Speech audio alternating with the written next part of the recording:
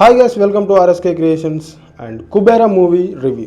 అది ఎంత బాగా చేశాడంటే అంత బాగా చేశాడు. అండ్ ఫస్ట్ ఆఫ్ ఆల్ నాకు బాగా నచ్చింది ఏంటంటే, కుబేరా మూవీకి ధనుష్ గారు లేకపోతే వేరే వాళ్ళు ఎవ్వరు వచ్చినా కానీ సెట్ అయ్యేది అసలే కాదు.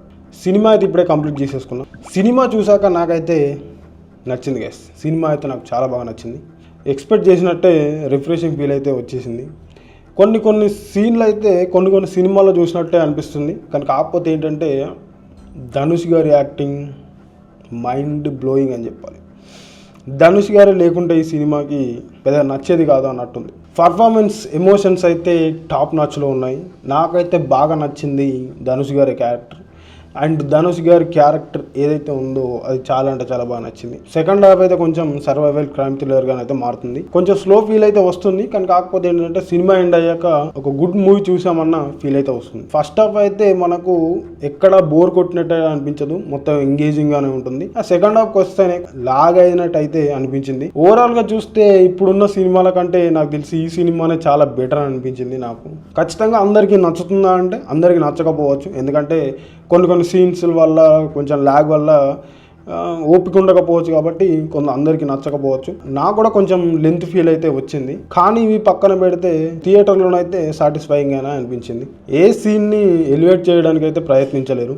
ఏ సీన్ని మొదలు పెట్టారు అలాగే సీన్ బై సీన్ ప్రోగ్రెస్ చేస్తూ ఎండ్ చేశారు. అండ్ ఈ సినిమాలో సెన్సార్ బోర్డు వాళ్ళు కూడా చాలా కట్స్ అయితే చేశారంట. మరి అవి ఏ కట్స్ అనేది తెలీదు. కానీ అవిట్లను చూడటానికి కొంచెం ఎగ్జైట్మెంట్ అయితే ఫీల్ వచ్చింది. ఈ సినిమా మొత్తం చూసాక నాకు అవిట్ల మీద కొంచెం ఎగ్జైట్ ఫీల్ అయితే వచ్చింది. అంటే ఇలాంటి క్లీన్ మూవీలో కూడా కట్ చేస్తారా అని అనిపించింది. ఫ్యామిలీతో చూడొచ్చు అంటే చూడొచ్చు, అడల్ట్ కంటెంట్ ఏం లేదు.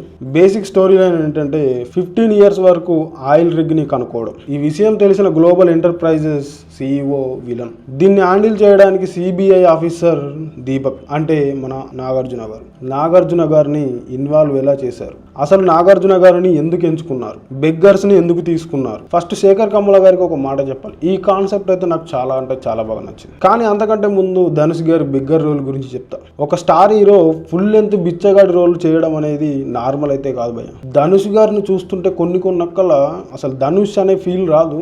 ఆ క్యారెక్టర్ మర్చిపోయి మనం సినిమాలో ఉండే క్యారెక్టర్ని గుర్తుపెట్టుకుంటాం. అంత బాగా అంటే అంత బాగా యాక్టింగ్ చేస్తాడు. అది ఇలా ఉంటుందంటే కొన్ని చోట్ల నేను చూశాను, అది నిజంగానే ఆడుకున్నాడా ఏంటి బాబు అనిపించింది. అబ్బా ఇదేంటని అనిపించింది. నిజంగా యాక్టింగ్కి నిజంగా చాలా అంటే చాలా గ్రేట్ అని చెప్పాలి. కొన్ని సీన్లు ఉన్నాయి, అవి ఆ సీన్లు అయితే నాకు హార్ట్ టచింగ్ అయితే ఇచ్చేవి.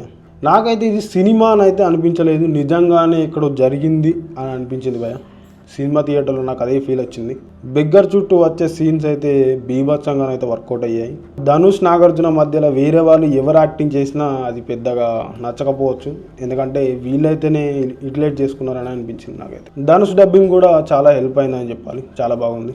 నాగార్జున గారి స్క్రీన్ ప్రెజెన్స్ అయితే చాలా బాగున్నాయి, నాకు కూడా చాలా బాగా నచ్చాయి. డాగ్ ఫైట్ సీన్ అయితే చాలా బాగా తీశారు. ఇంటర్వెల్లోనైతే రష్మిక గారు చాలా అంటే చాలా బాగా పర్ఫార్మెన్స్ అయితే చేశారు. ఫస్ట్ హాఫ్ అంతా డీటెయిలింగ్ ఎంగేజింగ్ గానే అయితే ఉంటుంది. సెకండ్ హాఫ్ అయితే సర్వైవల్ థ్రిల్లర్ గా మారుతుంది. కాస్టింగ్ అయితే బాగుంది. ముగ్గురు స్టార్స్, ముగ్గురు కూడా చాలా బాగా యాక్టింగ్ చేశారు భయం. ఒక్కలంటే ఒకరికి మించి చేసినట్టే అనిపించింది. ధనుష్ అండ్ నాగార్జున రోల్ అయితే సినిమా థియేటర్కి వచ్చినాక వాళ్ళే గుర్తొస్తారు ఎక్కువ. ఇవంతా కలిసి ఒక గొప్ప మెసేజ్ అయితే ఇచ్చారు.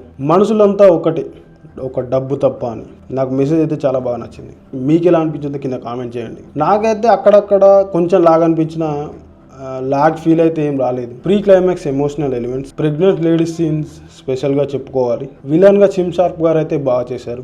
డబ్బింగ్ కూడా చాలా బాగా నచ్చింది నాకు. ఇతన్ని ఎక్కువగా బాలీవుడ్ మూవీలో అయితే చూసుంటారు. కుబేరా టైటిల్కి న్యాయం చేసిన విలన్ రోల్ అని చెప్పాలి. DSP గారి BGM అయితే నాకు చాలా బాగా నచ్చింది. కొన్ని చోట్ల ఆయన ఇచ్చిన BGM ఎలివేషన్ లా అనిపించింది. అది చాలా అంటే చాలా బెటర్గా ఉంది. నాకైతే చాలా అంటే చాలా బాగా నచ్చింది. మధ్యలో ఖైదీ నెంబర్ 150 యానిమల్ వాయిస్ అయితే కొన్ని వినిపించాయి. అండ్ సినిమాటోగ్రఫీ చాలా బాగుంది. VFX అయితే చాలా న్యాచురల్గా ఉన్నాయి. బట్ కాకపోతే ఏంటంటే అవి చాలా అంటే చాలా న్యాచురల్గా చేశారు. ఎక్కడ ప్రాపర్గా VFX అని చూపించదగా లేదు. మైనస్ పాయింట్స్ ఏంటంటే సెకండ్ హాఫ్లో లైట్గా స్లో ఫీల్ వచ్చింది, కానీ ఎక్కడ కానీ అంత మరీ ఓవర్గా ఫీల్ అయితే రాలేదు. పర్లేదు అనిపించింది. ఎక్స్ప్లోరేషన్ ఫస్ట్ హాఫ్లో అదిరిపోయింది కాబట్టి second half deals with escape. Jail escape అయితే చూపించలేదు. లాజిక్ లోపాలు, ఎక్కడికి వెళ్తే అక్కడ విలన్ మనుషులు ముందే ఉండటం, జైలు నుంచి బయటకు ఎలా వచ్చారో చూపించకపోవడం, ఇంకా కొన్ని 2 కిలోమీటర్లలో వెతకమంటే ఎవరి దారిలో వాళ్ళు వెళ్ళిపోవడం, లాజిక్ మిస్ అయింది అనిపించింది. విఎఫ్ఎక్స్ కొన్ని చోట్ల కొంచెం బ్యాడ్ అనిపించింది.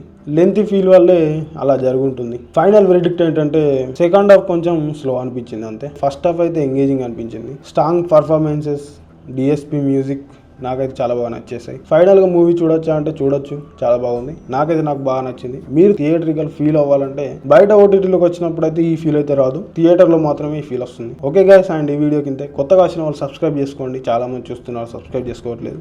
Please to try subscribe, click the bell icon also. Thank you for watching.